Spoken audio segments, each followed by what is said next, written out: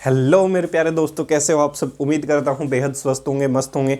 आज का जो हमारा वीडियो सेक्शन होगा that is called IUPAC nomenclature of carboxylic acid.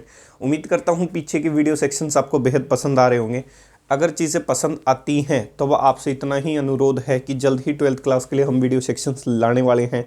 तो प्लीज़ चीज़ों को लाइक करें, शेयर करें, सब्सक्राइब करना ना भूलें। एक छोटी सी मुहिम शुरू की है, उम्मीद करता हूँ आप इस मुहिम में मेरी मदद करते हुए नज़र आएंगे। तो पहली बार ये छोटा सा काम शुरू किया है आपके अपने भाई ने, अपने अकेले दम पे, आपके सहयोग के आधार पे। तो उम्मीद करूँगा आप मुझे डिसअपॉइंट नहीं करेंगे। तो अपने वीडियो सेक्शन को शुरू करने से पहले आपके सामने हमेशा की तरह 4 लाइनें पेश कर देते हैं। क्या है कि आजकल पहले काम क्या था, सिर्फ पढ़ाने का था। आजकल क्या है कि समाज का ठेका भी उठाना पड़ रहा है। कुछ एक लोगों का मानना है कि मैसेजिंग समाज में अच्छी होनी चाहिए, तो समाज का ठेका भी आज के समय में लेना पड़ता है। भाई क्या करें, वो कहते हैं कि मैसेजिंग गलत हो रही है, तो आज से बिल्कुल एकदम सटीक मैसेजिंग होगी। तो आपने एक पर्सनैलिटी सुनी होगी, that is dual personality disorder. मतलब दोगलापन जो होता है, आजकल के जो दोगले लोग होते हैं उसके अंदर एक रोग होता है। उस एक ही व्यक्ति के अंदर कितने व्यक्ति होते हैं? 2। तो ये 4 लाइनें उन लोगों के लिए जो समाज में ये काम कर रहे हैं। ध्यान से सुनना है, ध्यान से सुनना है। 2-2 लोगों का भार उठाया, 2-2 लोगों का भार मत उठाया करो। ध्यान से सुनना है, 2-2 लोगों का भार मत उठाया करो। जो असली चेहरा है वो ही सामने लाया करो। जिससे ना मिले दिल तुम्हारा तो उसके साथ हाथ भी ना मिलाया करो। तो उम्मीद करता हूँ ये 4 लाइनें बेहद पसंद आई होंगी। ये उन लोगों के लिए जिन लोगों के अंदर एक ही व्यक्ति के अंदर 2-2 व्यक्ति हैं। आपके चेहरे पे कुछ और सामने वाले के चेहरे के ऊपर कुछ। तो भाई सीधा सा आपके लिए तो एक ही बात कह सकता हूँ, न्यूटन का तीसरा नियम आपको जैसा आप करेंगे जीवन में वैसा ही भरना पड़ेगा। That is simple thing. जितनी जल्दी आप सीख जाएंगे उतना आपके लिए बेहद कारीगर और अच्छा साबित होगा। वरना जैसी करनी वैसी भरनी, ये तो निश्चित है। देखो भाई, अपने वीडियो सेक्शन को शुरू करते हैं। That is called IUPAC nomenclature of carboxylic acid. ठीक है मेरे भाई, कार्बोक्सिलिक एसिड की अपने को क्या करनी है मेरे भाई? नोमेनक्लेचर करनी है। क्या करनी है मेरे भाई? नोमेनक्लेचर करनी है। यहां तक किसी प्रकार की कोई दिक्कत तकलीफ नहीं होनी चाहिए। सही है भाई, शुरू करते हैं अपने वीडियो सेक्शन को। सबसे पहले काम ये है कि सबसे पहले आपको पता होना चाहिए जर्नल फॉर्मूला। सही है, जर्नल फॉर्मूला है क्या, सामान्य सूत्र क्या है इसका? जर्नल फॉर्मूला कहता है CnH2n+1 कौन सा ग्रुप साथ जुड़ जाए? COOH। पीछे हमने पढ़ा COH, that is aldehyde group. अब की बार पढ़ रहे हैं COOH, that is carboxylic acid group कह सकता हूं। अब देखो मेरे भाई, यहां से आपको पता है कि इसकी जो प्रायोरिटी है, इसकी जो ताकत है वो सबसे ज़्यादा है। तो इसका जो सेकेंडरी सफिक्स होगा वो किससे ख़त्म किया जाएगा? ओइक एसिड से। किससे ख़त्म किया जाएगा मेरे भाई? ओइक एसिड से। तो यहाँ तक कोई दिक्कत नहीं होगी। दूसरी बात, ऐसा फंक्शनल ग्रुप जिसमें कार्बन मौजूद है, एक ऐसा फंक्शनल ग्रुप जिसमें क्या मौजूद है मेरे भाई? कार्बन मौजूद है। तो उस फंक्शनल ग्रुप के कार्बन को हमेशा नंबरिंग में इंक्लूड करते हुए चलना है मेन पेरेंट चेन के साथ। एक बार फिर से रिपीट कर दिया है ये काम। तो पहला जो रूल है वो क्या कहता है, ध्यान से सुनना है।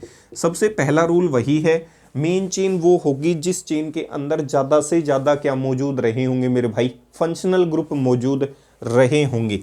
पहला पॉइंट क्या है?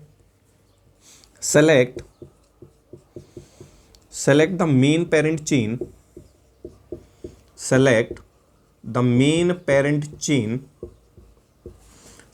main parent chain on the basis of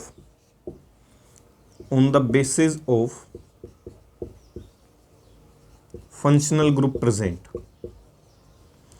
पहला काम होगा मेन पेरेंट चेन सेलेक्ट करनी है, किसके आधार पे? On the basis of functional group present. कौन सा फंक्शनल ग्रुप किधर मौजूद है उसके आधार पे मेन चेन सेलेक्ट करनी है।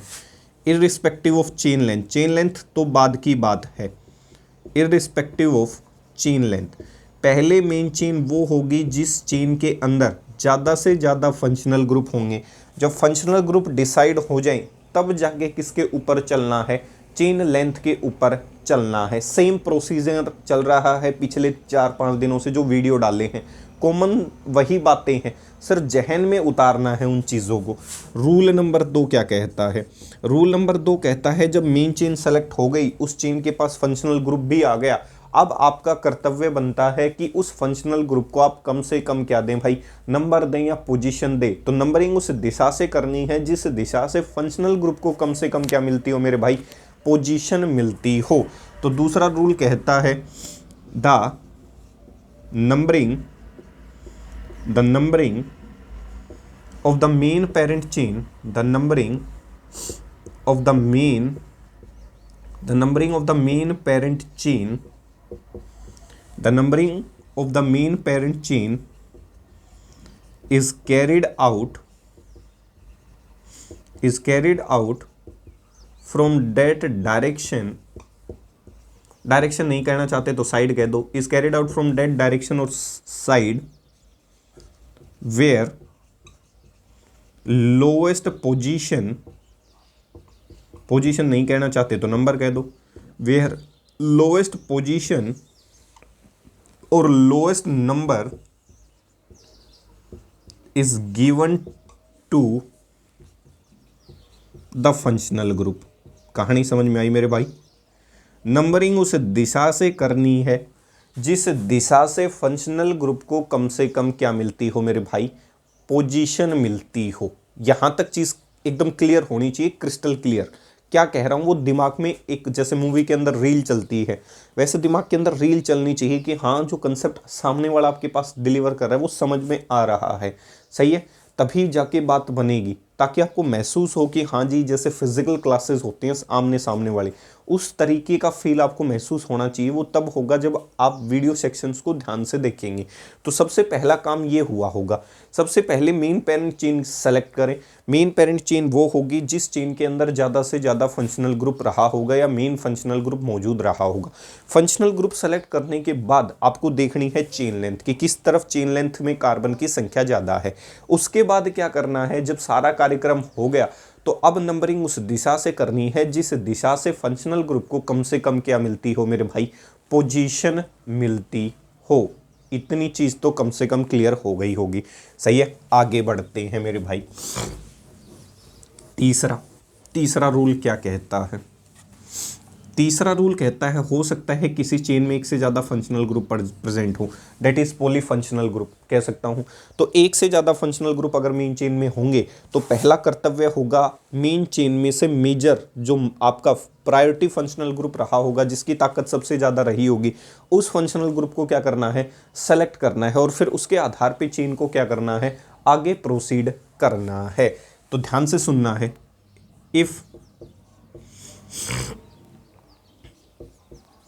if polyfunctional groups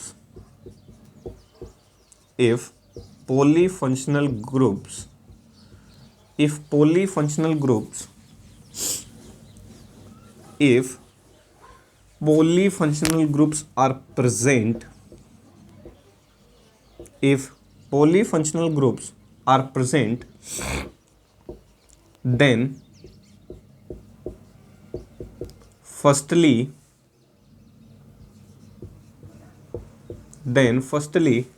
decide the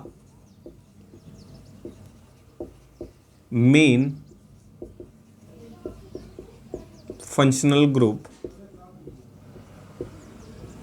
अगर polyfunctional groups present हैं if polyfunctional groups are present then firstly decide the main functional group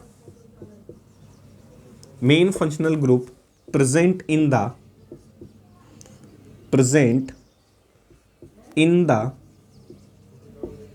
main parent chain on the basis of priority sequence of polyfunctional groups. In the main parent chain, if polyfunctional groups are present, then firstly is decide the main functional group present in the main parent chain on the basis of priority sequence of functional groups.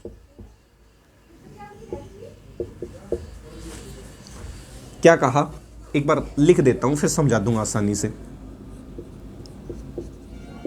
The functional group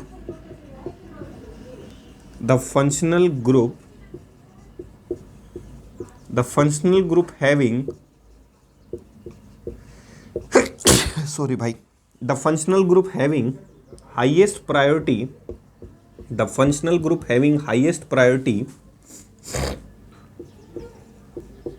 is taken as a main functional group. The functional group having highest priority is taken as a main functional group, and remaining functional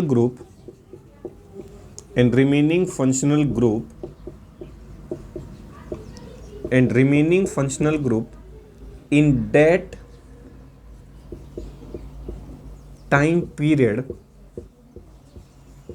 acts as a side group.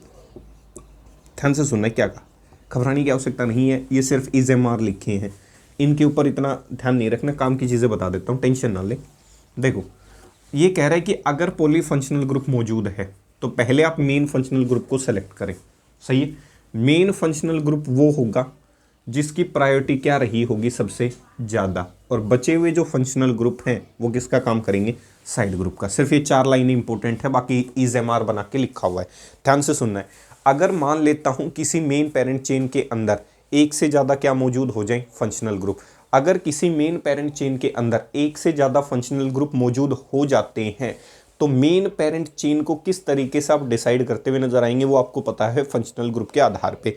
अगर एक से ज़्यादा functional group हो गए उस समय आप क्या करेंगे, तो उस समय आपको ये काम करना है, जो फंक्शनल ग्रुप प्रायोरिटी सीक्वेंस में सबसे पहले आता है उसकी प्रायोरिटी सबसे पहली रही होगी. प्रायोरिटी सीक्वेंस कौन सा था, सबसे ज़्यादा पढ़ाया था प्रायोरिटी सीक्वेंस में, STSC या CBSE RBSC के अनुसार कार्बोक्सिलिक एसिड सबसे ज़्यादा, फिर किसका नंबर आता है, एल्डिहाइड का, फिर किसका नंबर आता है, कीटोन का, फिर किसका नंबर आता है, अल्कोहल का. प्रायोरिटी सीक्वेंस पढ़ाया था, ध्यान हो तो. अगर एक से ज़्यादा functional group main parent chain के अंदर मौजूद होते हैं तो प्रायोरिटी सीक्वेंस के आधार पे जिस फंक्शनल ग्रुप की ताकत प्रायोरिटी सबसे ज़्यादा है उसको सेलेक्ट करना है. जैसे ही वो सेलेक्ट हो जाएगा तो इसका मतलब वो तो काम करेगा किसका, मेन फंक्शनल ग्रुप का. अब जो बचे हुए फंक्शनल ग्रुप हैं उसके रिस्पेक्ट में, जो मेन फंक्शनल ग्रुप है उसके रिस्पेक्ट में किसका काम करते हुए नजर आएंगे, साइड ग्रुप का. ध्यान से समझना है, साइड ग्रुप का कोई फंक्शनल ग्रुप तभी काम कर सकता है जब उससे ज़्यादा ताकतवर कोई फंक्शनल ग्रुप उस मेन पेरेंट चेन में आ जाए. कहानी समझ में आई होगी. एक से ज़्यादा फंक्शनल ग्रुप हैं, कह सकता हूं एक से ज़्यादा फंक्शनल ग्रुप में प्रायोरिटी सीक्वेंस के आधार पे मेन फंक्शनल ग्रुप आपको सेलेक्ट करना है.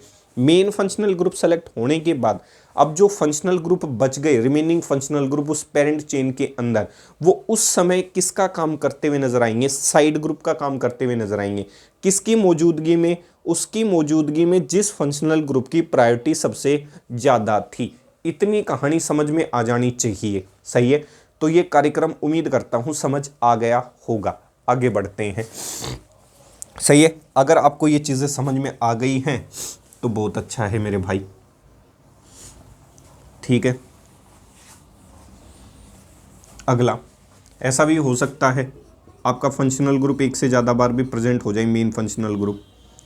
इफ मेन functional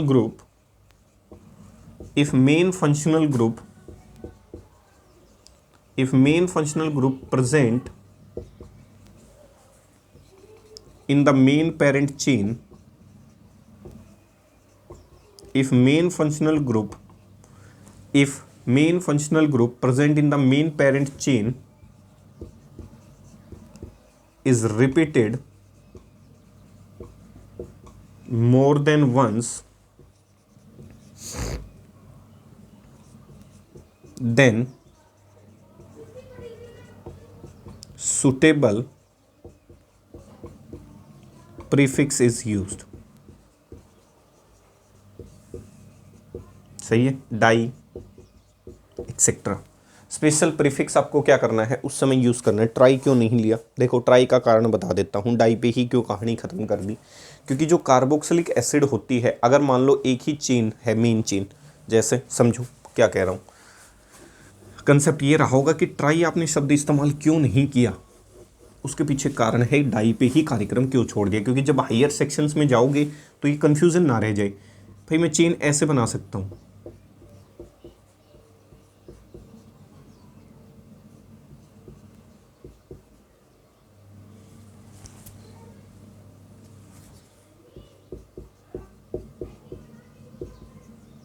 देखा, मान लो ऐसा क्वेश्चन आ जाए सपोज, तो आपको पता है फंक्शनल ग्रुप, देखो मेन चेन वो होगी जिसमें ज़्यादा से ज़्यादा फंक्शनल ग्रुप, क्या तो आप ऐसे जाओगे 1 2, इसको पूरा करो भाई 4, 1 2 3 4, सही है। अब आपको पता है कि क्या तो आप सीधे जाओगे ऐसे, या फिर आप ऐसे जाओगे, तभी फंक्शनल ग्रुप ज़्यादा से ज़्यादा आ सकते हैं। ऐसी कोई चेन नहीं है, कोई पॉसिबिलिटी नहीं है जिसमें तीनों के तीनों क्या आ जाए फंक्शनल ग्रुप। अब देखो किसी एक फंक्शनल ग्रुप को छोड़कर आगे नहीं जा सकता, क्यों? अगर मान लो ऐसे चला गया तो इसकी भी ताकत बराबर है, इसकी भी बराबर है, इसकी भी बराबर, तो मेरा क्वेश्चन ये होगा इसको क्यों छोड़ा। अगर ऐसे चला गया तो मेरा क्वेश्चन ये होगा इसको क्यों छोड़ा। ऐसे चला गया तो मेरा क्वेश्चन ये होगा इसको क्यों छोड़ा। तो इसका मतलब कह सकता हूं अगर फंक्शनल ग्रुप, ट्राई शब्द क्यों इस्तेमाल नहीं किया उसका मीनिंग समझा रहा हूं। तो इसका मतलब 3 अगर आपके फंक्शनल ग्रुप आ गए डायरेक्टली कार्बन चेन के साथ अटैच है, बीच में कोई कार्बन नहीं होना चाहिए भाई, ये भी इंपॉर्टेंट केस है। यहां कोई कार्बन इंट्रोड्यूस ना हो, यहाँ सीधा क्या जुड़ा हुआ फंक्शनल ग्रुप। अब आपको पता है कि तीनों फंक्शनल ग्रुप एक चेन में नहीं आ सकते, तो एक ही पॉसिबिलिटी हो सकती है, आप इसे क्या मान ले, मेन चेन। क्यों? इसको भी छोड़ दिया, इसको भी छोड़ दिया और इसको भी क्या कर दिया, छोड़ दिया। अब मान लेता हूं आपने इसको क्या करना शुरू किया, नंबर देना शुरू किया, कह सकता हूं ऐसे आपने इसको छोड़ दिया, इसको छोड़ दिया, इसको छोड़ दिया। इस समय अब ये ओइक एसिड का काम नहीं करेगा। अगर आपकी COH 2 से ज़्यादा बार रिपीट हो जाती है और डायरेक्टली मेन कार्बन के साथ अटैच है, तो उस समय ये काम करेगी किसका, कार्बोक्सिलिक एसिड का। ये हायर सेक्शंस में पढ़ाई जाएंगी ये नोमेनक्लेचर्स, ऐसे 1 2 3, तो 3 कार्बन की चेन कह सकता हूं प्रोप, सारे के सारे सिंगल बॉन्ड एन, पहली दूसरी तीसरी, 1 2 3। अब ऐसा ना कर देना कि ट्राई-ओइक नहीं हो सकता। क्यों? क्योंकि इनको हमने मेन चेन के अंदर क्या नहीं किया, इंक्लूड ही नहीं किया। अगर कर लेता तो क्या, तो ये रह जाता, इधर से सीधा कर लेता, ऐसे अगर सीधा कर लेता तो ये रह जाता, ऐसे इंक्लूड कर लेता तो ये रह जाता, ऐसे इंक्लूड कर लेता तो ये रह जाता। अब तीनों की प्रायोरिटी बराबर है तो तीनों को छोड़ सकता हूं नहीं, तो एक ही कार्यक्रम में बचा, क्या करूं, तीनों को ही छोड़ देता हूं। और जब तीनों को ही आप छोड़ देंगे तो उस समय ओइक शब्द इस्तेमाल नहीं होगा। ये शब्द ध्यान रखना, प्रोपेन 1 2 3 3 बार क्या रिपीट है, COH, तो इसे क्या कहा जाता है, प्रोपेन 1 2 3 ट्राई कार्बोक्सिलिक एसिड। ध्यान रखना है, ये इंपॉर्टेंट चीज है, इसीलिए मैंने सिर्फ शब्द क्या लिखा, डाई, ट्राई नहीं लिखा। कारण समझ में आ गया होगा। ट्राई क्यों? क्योंकि ऐसी कंडीशन में तीनों इंक्लूड हो ही नहीं सकते, डाई में तो सीधा निकल जाऊंगा, तो उस समय ये डाई-ओइक एसिड हो सकता है। इस समय ये क्या होगा, प्रोपेन 1 2 3 ट्राई कार्बोक्सिलिक एसिड। जब कार्बोक्सिलिक एसिड को मेन फंक्शनल ग्रुप से इंक्लूड ना किया जाए उस समय वो सिंपल कार्बोक्सिलिक एसिड रह जाती है। तो डाउट ये नहीं होना चाहिए जी ट्राई क्यों नहीं लिखा, पीछे हम ट्राई भी लिख रहे थे, टेट्रा भी लिखते हुए आ रहे थे, तो कह सकता हूं कि आप ये इंक्लूड नहीं कर सकते। ऐसा का ऐसा कार्यक्रम किसमें होता है, एल्डिहाइड के अंदर। अगर यहाँ CHO लिखा हुआ है तो उसके लिए भी अब शब्द अल नहीं होगा, कार्बल्डिहाइड शब्द होगा, वो फिर हायर सेक्शंस की बातें हो जाती हैं। तो इसका थोड़ा सा ध्यान रखना कि मैंने डाई शब्द लिख के क्यों छोड़ दिया, आपके अंदर डाउट नहीं होना चाहिए। अगर ट्राई लिख देता तो तीनों इंक्लूड हो नहीं सकते थे, और IUPAC कहती है मेन चेन वो जिसमें फंक्शनल ग्रुप ज़्यादा से ज़्यादा। अब किसी फंक्शनल ग्रुप की अगर ताकत बराबर है तो भाई उसको छोड़कर नहीं चल सकते। कह सकता हूँ क्या तो उसे इंक्लूड करो तीनों को, या फिर तीनों को ही छोड़ दो। तो तीनों को जब छोड़ दिया तो शब्द हो जाएगा कार्बोक्सिलिक एसिड। ठीक है, ऐसे टिपिकल क्वेश्चन बहुत रेयर पॉसिबिलिटी होती है कि आपसे पूछेंगे। इतनी कहानी उम्मीद करता हूं मेरे भाई समझ आई होगी। सही है, अब देखो, अब क्वेश्चन ये है कि आपको पता है, फिर से वही रूल नंबर 4 या जो भी है अपने हिसाब से नंबरिंग देख लेना भाई। रूल नंबर 4, अब रूल नंबर 4 क्या कहता है, सेकेंडरी सफिक्स डिसाइड हो गया, that is carboxylic acid. If the name of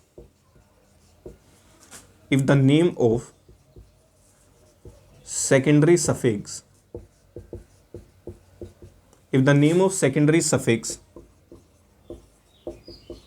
is started with vowel, किससे स्टार्ट कर दिया जाए मेरे भाई, सेकेंडरी सफिक्स का नाम वोवल से। If the name of secondary suffix is started with vowel then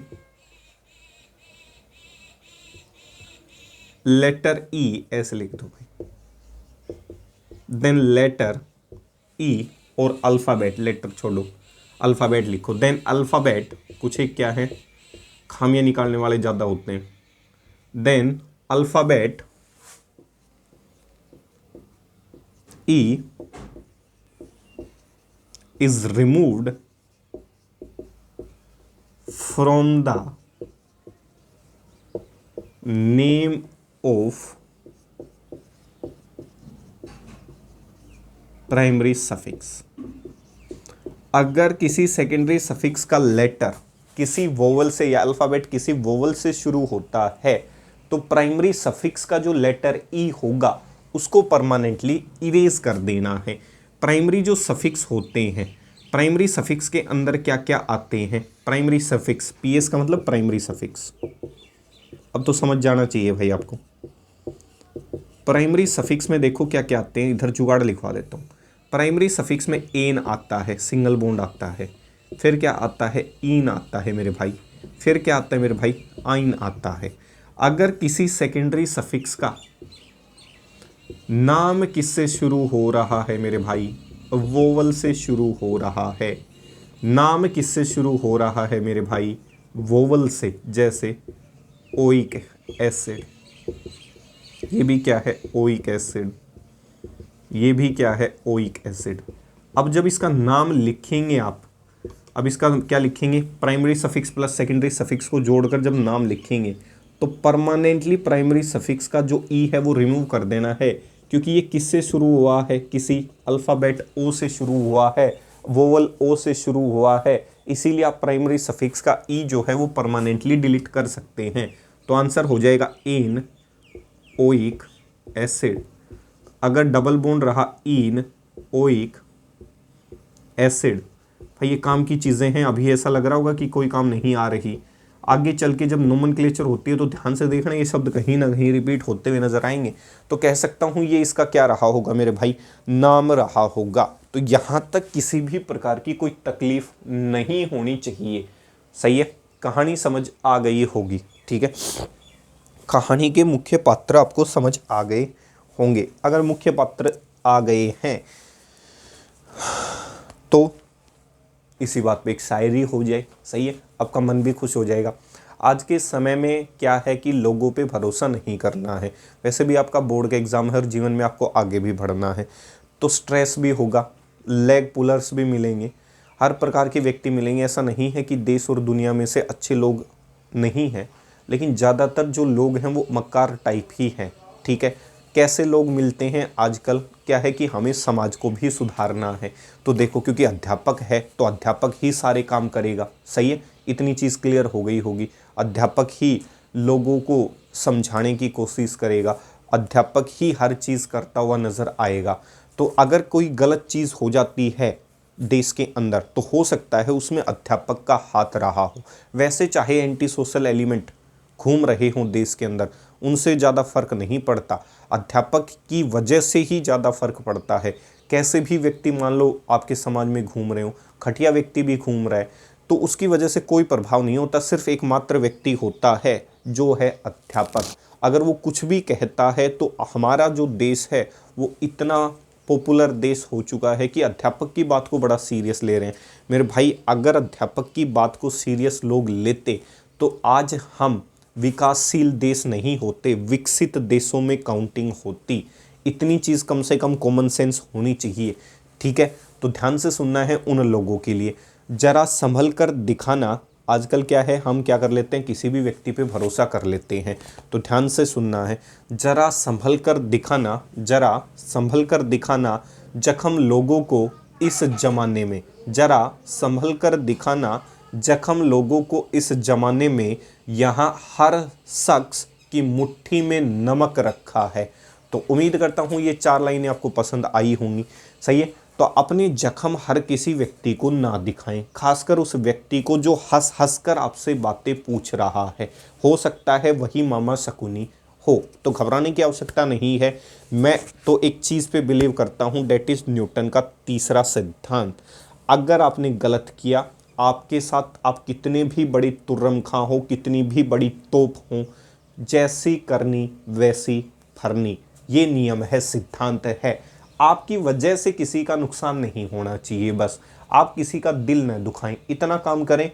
बाकी ऊपर वाले के ऊपर छोड़ दें। जो आपके साथ गलत कृत्य कर रहे हैं उनका समाधान परम पिता परमेश्वर अपने आप कर देता है, उनको पता भी नहीं चलता। इसीलिए कहा जाता है जब ऊपर वाले की लाठी पड़ती है तो उसमें आवाज़ नहीं आती मेरे भाई। फिर कहते हैं कि ये ऐसा हो गया वैसा हो गया, तो तेरे कर्मों की सज़ा तुझे ज़रूर मिलेगी, ठीक है।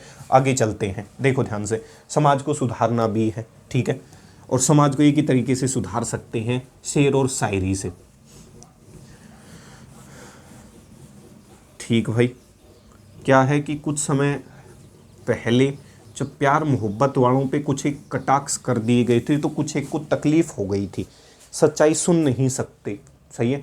तो उनका मानना था कि आपकी वजह से मैसेजिंग गलत हो रही है, कि आजकल के आपने यूट्यूब पे या इंस्टाग्राम पे कुछ डाल दिया, नीचे लिखा 420 लवर्स।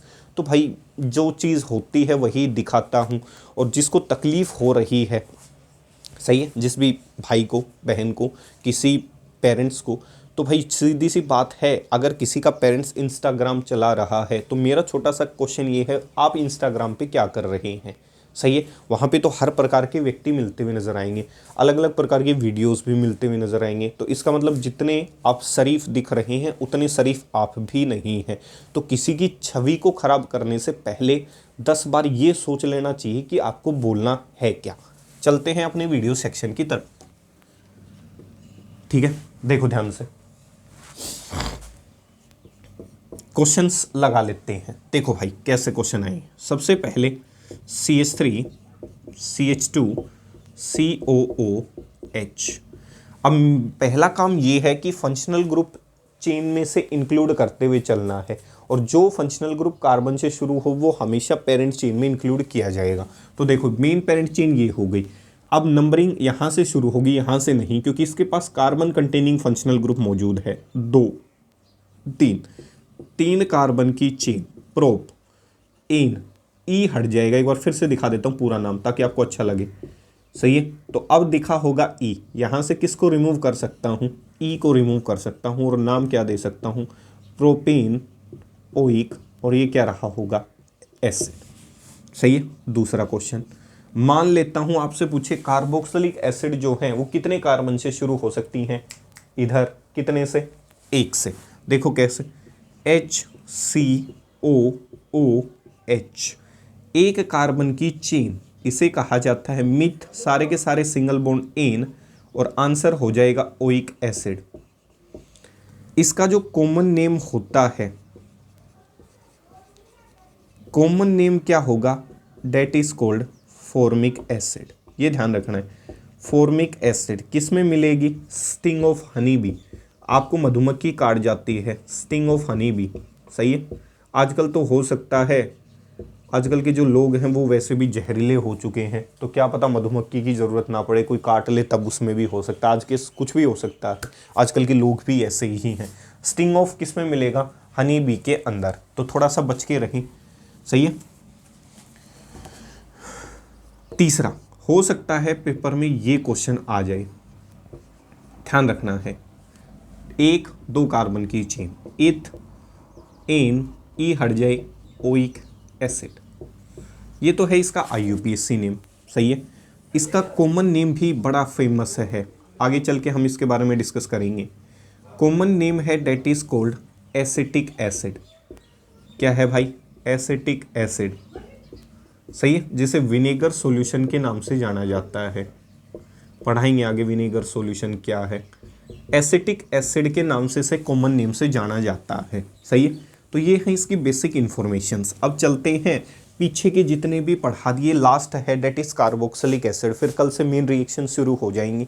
तो इस आगे के कंसेप्ट को डिलीवर करने से पहले पीछे के जितने भी कंसेप्ट हैं सबको मर्ज करके क्वेश्चन छोड़ रहा हूँ आपके लिए। ध्यान से देखो कैसे।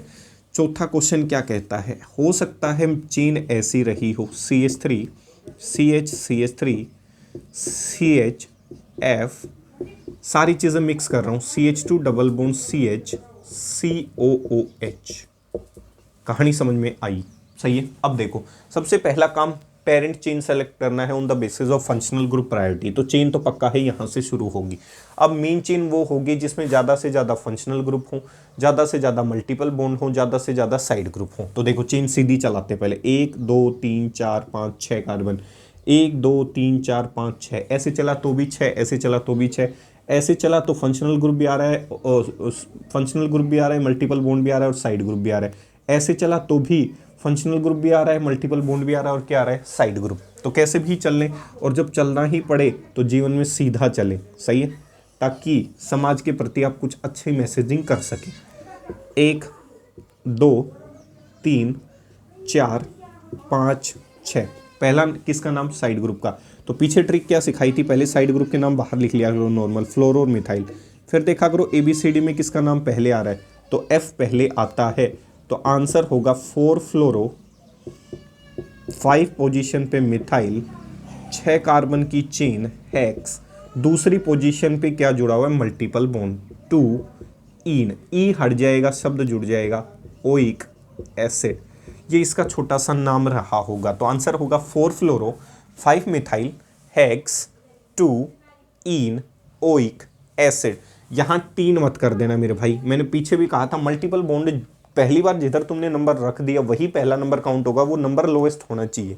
इतनी चीज़ क्लियर हो गई होगी। आगे चलते हैं। मान लेता हूं ऐसा क्वेश्चन आ जाए, क्वेश्चन कुछ भी हो सकता है बड़े भाई, सही है।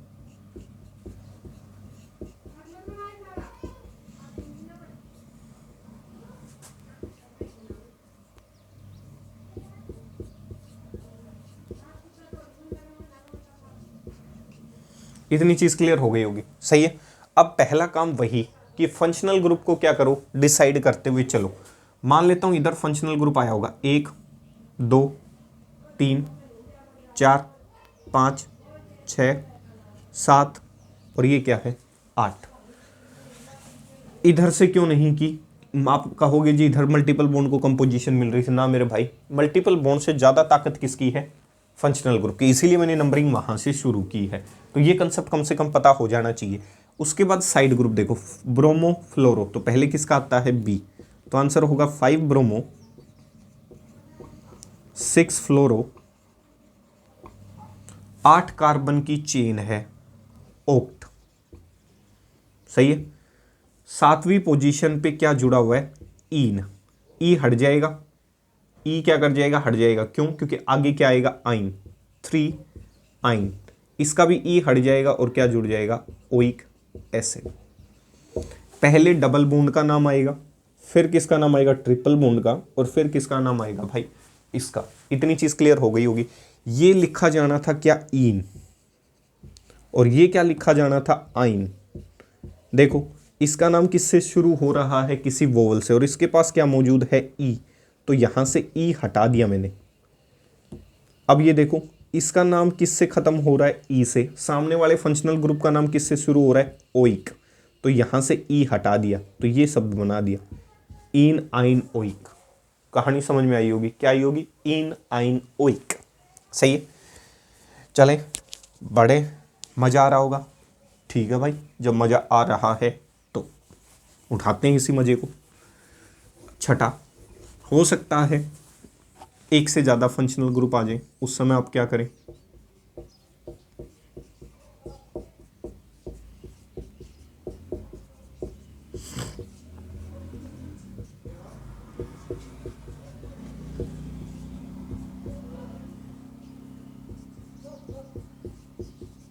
कुछ भी हो सकता है। पहला काम, मेन चेन वो होगी जिसमें ज़्यादा से ज़्यादा क्या मौजूद रहे होंगे, फंक्शनल ग्रुप। तो देखो ऐसे चलो, 1 2 3 4 5 6 7, ऐसे चला तो 7 की, जिसमें मल्टीपल बॉन्ड भी आ रहा है। अब ऐसे भी चल सकता हूँ, 1 2 3 4 5। ये चेन सेलेक्ट क्यों नहीं की? ये चेन सेलेक्ट इसलिए नहीं कि भाई फंक्शनल ग्रुप भी आ रहा है, मल्टीपल बॉन्ड भी आ रहा है, लेकिन अब डिसाइड कौन करेगा? Chain length. याद करो, जब चेन लेंथ की बारी आती है भाई, जब फंक्शनल ग्रुप और मल्टीपल बॉन्ड कार्बन चेन दोनों तरफ से इंक्लूड हो रही हैं, तो दोनों तरफ से इंक्लूड करते वक्त मैंने कहा था अब डिसाइड कौन करेगा? आपकी चेन लेंथ डिसाइड करती हुई नजर आएगी। तो यहाँ नीचे जाने का कारण ये नहीं रहा होगा कि यहाँ पे आपके क्या मौजूद रहे होंगे, कार्बन की संख्या कम मौजूद रही होगी। इधर जो है वो मेन चेन बनाने का कारण यही रहा होगा। इसमें कोई दो राय नहीं है कि दोनों के अंदर functional group plus multiple bond है, इधर भी है और इधर भी है, लेकिन ये जो चेन है वो छोटी हो रही है, चेन क्या है? बड़ी। तो फिर अगला स्टेप रोल में आ जाता है, that is called chain length. Numbering देखो ध्यान से, 1 2 3 4 5 6 7, इतनी चीज क्लियर हो गई। अब साइड ग्रुप जो है उनको बाहर निकाल लो, बाहर लिख लो। देखो मिथाइल है एक, तो सही है। फिर उसके बाद OH जब साइड ग्रुप का काम करता है तो हाइड्रोक्सी है। उसके बाद ब्रोमीन है, ब्रोमो है। उसके बाद फ्लोरीन है तो फ्लोरो है। तो ABCD में चेक कर लो किसका नाम पहले आता है, तो B का नाम पहले आता है, तो नाम लिख दो 5 ब्रोमो। इसके बाद ABCDEF, फिर F का नंबर आता है 5 ब्रोमो, 6 फ्लोरो, EFG, फिर H आता है। H कहाँ रहा होगा? 4 हाइड्रोक्सी, फिर क्या रहा होगा? 4 मिथाइल। ये पूरा नाम एक ही है भाई, एक साथ ही लिखना है, जगह नहीं देनी। 4 मिथाइल, 7 कार्बन की चेन हैप्ट, दूसरी पोजीशन पे डबल बॉन्ड 2 इन, ई हट जाएगा, ओइक एसिड हो जाएगा। तो आंसर होगा 5 ब्रोमो, 6 फ्लोरो, 4 हाइड्रोक्सी, 4 मिथाइल हैप्ट, 2 इन ओइक एसिड। पीछे के सारे क्वेश्चन मर्ज करके दिखा रहा हूं ताकि पूरे कंसेप्ट दिमाग के अंदर पूर्ण रूप से डेवलप हो जाए। तो यहाँ तक उम्मीद करता हूँ किसी भी प्रकार की कोई दिक्कत तकलीफ नहीं होगी। हो सकता है क्वेश्चन बॉन्ड लाइन नोटेशन से आ जाए, सही है, क्वेश्चन कैसे भी आ सकता है। ठीक है भाई,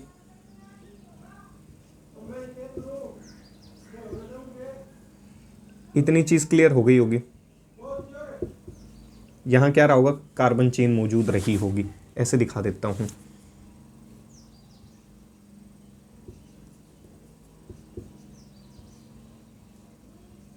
सही है। देखो ध्यान से कैसे करोगे, ये कार्बन, ये कार्बन, ये कार्बन, ये कार्बन, ये कार्बन, और ये क्या है? Double bond. यहाँ से शुरू करूँ,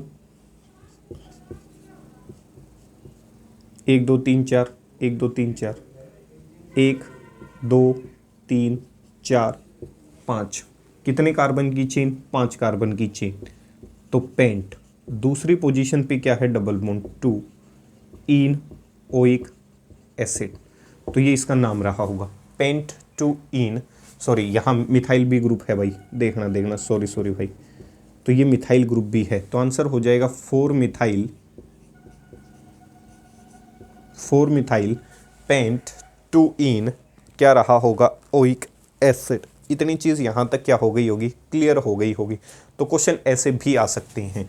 तो कुछ एक क्वेश्चन मैं आपके लिए लिख देता हूँ जिसका आंसर आप मुझे कमेंट सेक्शन में देते हुए नज़र आएंगे, सही है।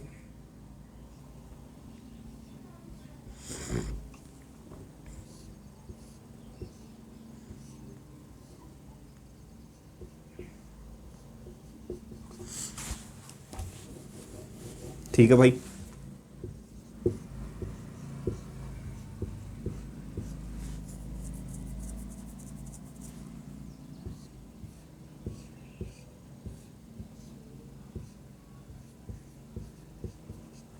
जब ये साइक्लिक सिस्टम में आ जाता है तो इसे मेन चेन में इंक्लूड नहीं किया जाता, ये ध्यान रखना है। तो शब्द होगा कार्बोक्सिलिक एसिड। तो ये कुछ एक क्वेश्चन आपको बताने हैं मुझे। आरएस,